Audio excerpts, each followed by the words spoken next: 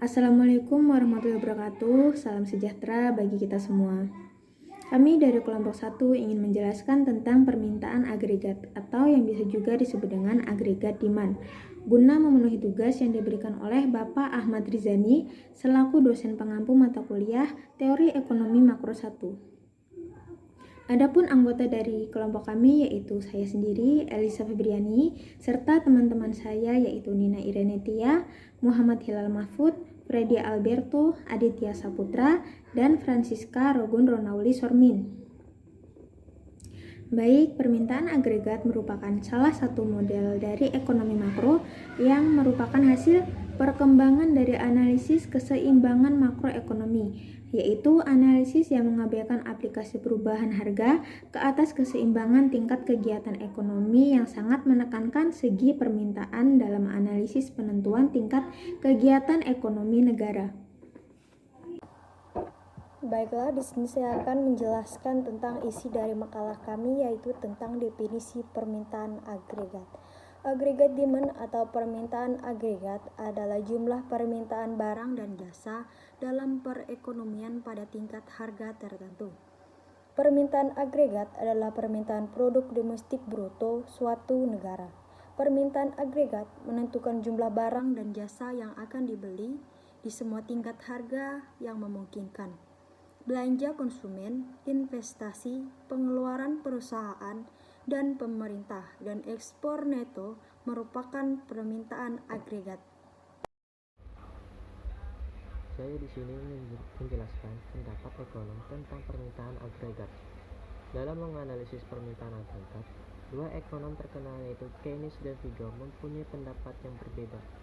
Menurut Keynes, apabila terjadi perubahan harga, maka jumlah yang beredar, real, MS atau P, akan berubah. Akibatnya terjadi perubahan pada tingkat bunga I.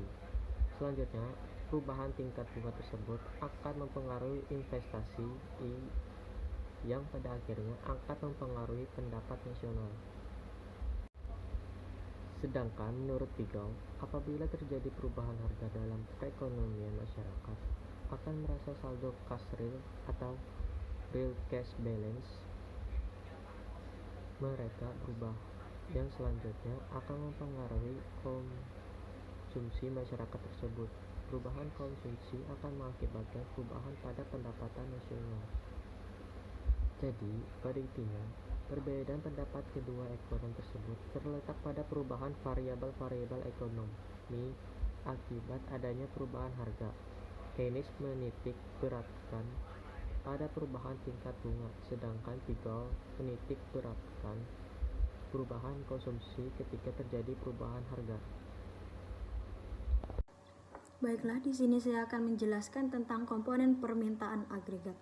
Dalam ekonomi terbuka, permintaan agregat terdiri dari 4 komponen, yaitu yang pertama, konsumsi. Konsumsi mewakili pengeluaran rumah tangga untuk barang dan jasa. Penentu utama dari komponen ini adalah pendapatan disposable. Disposable income kadang-kadang juga disebut pendapatan setelah pajak atau pendapatan sekali pakai. Yang kedua adalah investasi.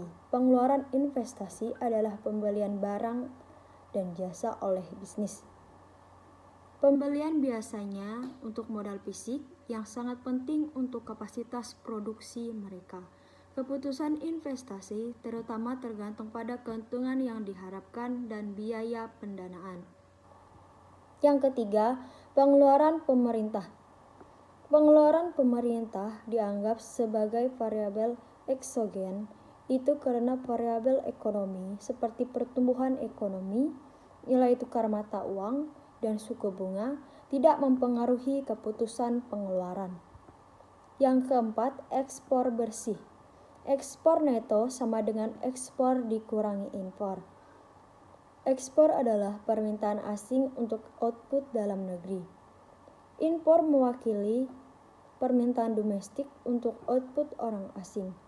Komponen ini ditentukan oleh pendapatan dan harga relatif antara ekonomi domestik dan dunia. Baik, di sini saya akan melanjutkan penjelasan dari teman-teman saya tentang model permintaan agregat.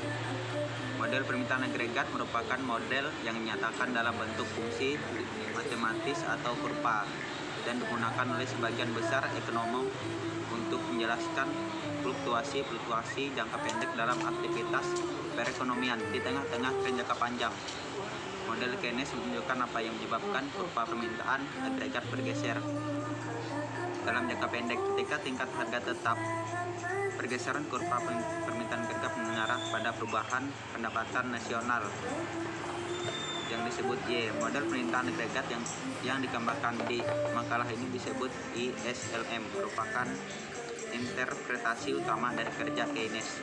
Model kerja ISLM mengambil tingkat harga yang ada dan menunjukkan apa yang menyebabkan pendapatan berubah. Ini menunjukkan apa yang menyebabkan AD bergeser. Dalam General Theory of Money, Interest and Development 1936, Keynes menyatakan pendapatan total perekonomian dalam jangka pendek ditentukan sebagian besar oleh keinginan belanja rumah tangga, perusahaan, dan pemerintah. Kurva pemerintahan agregat dan determinannya. Kurva permintaan agregat secara grafis mewakili AD. Kurva memiliki kemiringan ke bawah, yang berarti bahwa kuantitas yang diminta berkurang ketika tingkat harga meningkat. Pergerakan di sepanjang kurva terjadi karena perubahan tingkat harga. Sementara itu, perubahan faktor-faktor selain tingkat harga menggeser kurva permintaan agregat. Pergeseran ke kanan berarti peningkatan permintaan agregat, sementara pergeseran ke kiri menunjukkan penurunan. Saya akan menjelaskan faktor-faktor yang mempengaruhi permintaan agregat dan kurvanya. Yang pertama, ekspektasi konsumen akan pendapatan masa depan. Ketika konsumen percaya penghasilan di masa depan akan meningkat, mereka cenderung menabung lebih sedikit dan meningkatkan konsumsi saat ini. Harapan ini biasanya karena stabilitas pekerjaan dan kemungkinan kenaikan upah.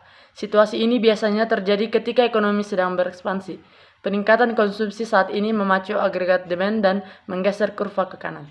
Yang kedua, kekayaan konsumen. Kekayaan dapat mengambil bentuk aset keuangan seperti saham, obligasi, reksadana, dan aset real seperti properti dan tanah. Jika nilai aset ini naik, konsumen cenderung meningkatkan pengeluaran mereka saat ini dan menabung lebih sedikit, yang mengakibatkan kurva bergeser ke kanan. Yang ketiga, ekspektasi bisnis. Bisnis menunda investasi modal jika mereka kurang optimis tentang pertumbuhan dan profitabilitas di masa depan.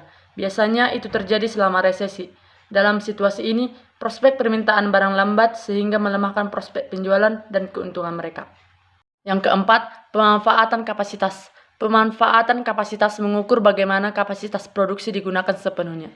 Ketika perusahaan berproduksi pada atau mendekati kapasitas penuh, mereka perlu memperluas produksi.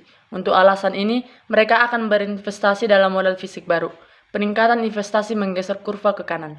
Yang kelima, kebijakan moneter seperti suku bunga dan operasi pasar terbuka. Peningkatan jumlah uang beredar mendorong turunnya suku bunga dalam perekonomian. Suku bunga yang lebih rendah mengurangi biaya investasi, mengarahkan bisnis untuk membeli barang modal. Di sisi lain, suku bunga yang lebih rendah dan ketersediaan kredit yang lebih besar juga mendorong pengeluaran konsumen untuk barang yang dibeli secara kredit seperti barang tahan lama. Akibatnya, konsumsi dan investasi yang lebih tinggi menggeser kurva ke kanan. Yang keenam, kebijakan fiskal seperti pengeluaran pemerintah dan pajak. Kebijakan fiskal ekspansif akan meningkatkan agregat demand, sementara kontraktif akan mengarah pada agregat demand yang lebih rendah. Tarif pajak yang rendah membuat konsumen membayar lebih sedikit untuk pajak dan memilih lebih banyak uang untuk dibelanjakan untuk barang dan jasa. Akibatnya, pengeluaran konsumen yang lebih tinggi berkontribusi untuk menggeser kurva ke kanan.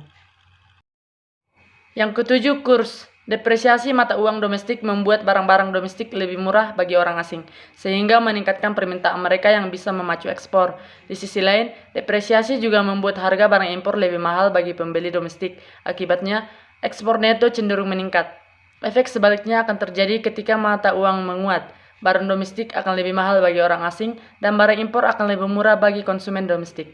Yang kedelapan, pertumbuhan ekonomi global. Pertumbuhan ekonomi global yang kuat mendorong lebih banyak permintaan barang dan jasa domestik. Ini meningkatkan ekspor dan agregat demand. Sebaliknya, ketika ekonomi global melemah, ekspor cenderung tertekan. Bagian penutup. Dalam ekonomi makro, permintaan agregat atau permintaan akhir domestik adalah permintaan total untuk barang dan jasa akhir dalam suatu perekonomian pada waktu tertentu. Permintaan agregat menentukan jumlah barang dan jasa yang akan dibeli di semua tingkat harga yang memungkinkan. Belanja konsumen, investasi, pengeluaran, perusahaan dan pemerintah, dan ekspor neto merupakan permintaan agregat. Dalam permintaan agregat terdapat 4 komponen utama, yaitu yang pertama konsumsi, yang kedua investasi, yang ketiga pengeluaran pemerintah, yang keempat ekspor bersih. Adapun faktor-faktor yang mempengaruhi permintaan agregat yaitu yang pertama ekspektasi konsumen akan penghasilan masa depan, yang kedua kekayaan, yang ketiga ekspektasi bisnis, yang keempat pemanfaatan kapasitas, yang kelima kebijakan moneter, yang keenam kebijakan fiskal, yang ketujuh nilai tukar, dan yang terakhir pertumbuhan ekonomi global. Model permintaan agregat merupakan model yang dinyatakan dalam bentuk fungsi matematis atau kurva yang digunakan oleh sebagian besar ekonom untuk menjelaskan fluktuasi jangka pendek dalam aktivitas perekonomian di tengah-tengah tren jangka panjang. Demikian penutup dari saya. Kurang lebihnya saya ucapkan terima kasih.